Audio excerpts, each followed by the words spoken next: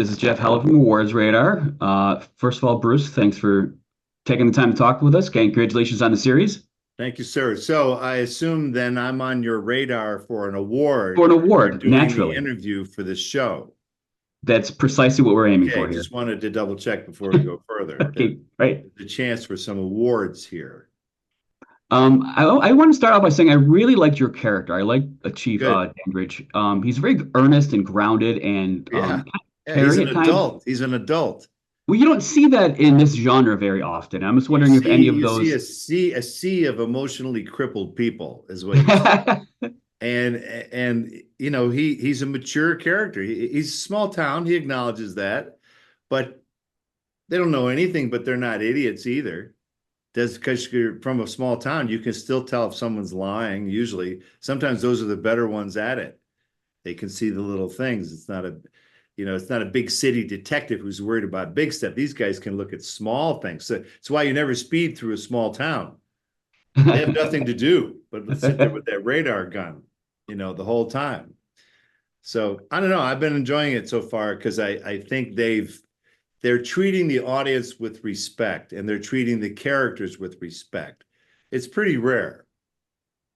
Do you, at this point in your career, were you hesitant to lean into another horror role, or is this something that you were I don't welcoming? I don't run from horror, but there's no point. I'll never escape it. But I don't gravitate toward it.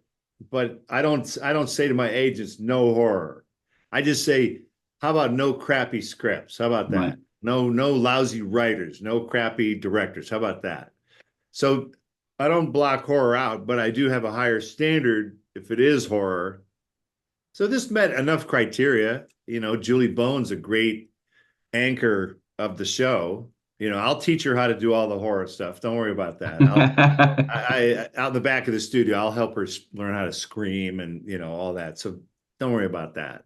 And look, I did same studio. I did Burn Notice and Hercules and Right. Xena with those guys. So I have an affinity for it. So those are decisions that you factor in when you go, am I doing this for a company that is a fly-by-night company or is it a real company?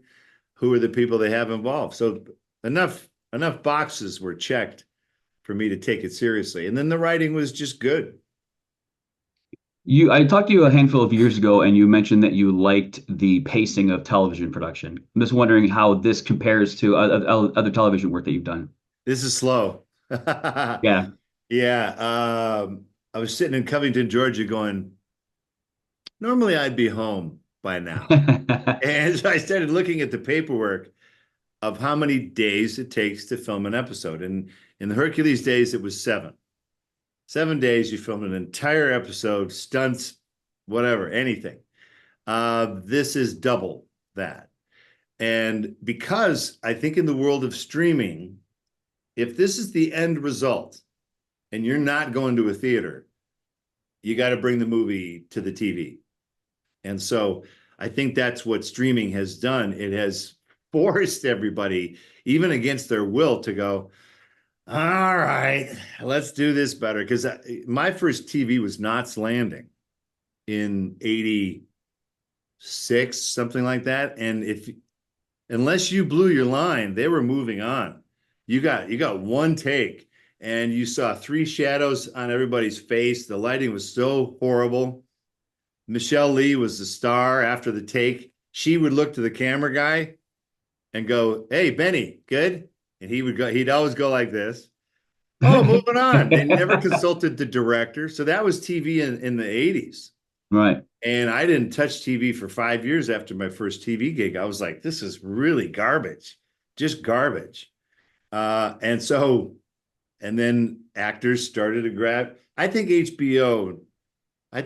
some things happened that caused mainstream actors to go, I can do television. Because normally feature actors would not touch television with a 10-foot pole. And it's nice to see the work has improved to the point where that's where the good work is. It's actually not in movies. Movies are just guys in spandex now. That's all the movies are now. If you want to tell a real story with real characters, you actually have to go to TV. Before I let you go, I just have one quick question. You've done a lot of horror, but is there anything that scares you? Ignorance. That's a great answer. I'm terrified. Well, Bruce, congratulations. It's a pleasure to talk to you. I'm a big fan. So, Thank you, and my good luck with friend. everything. Talk to you soon, Jeff. Thank Thanks you. a lot. Bye bye now.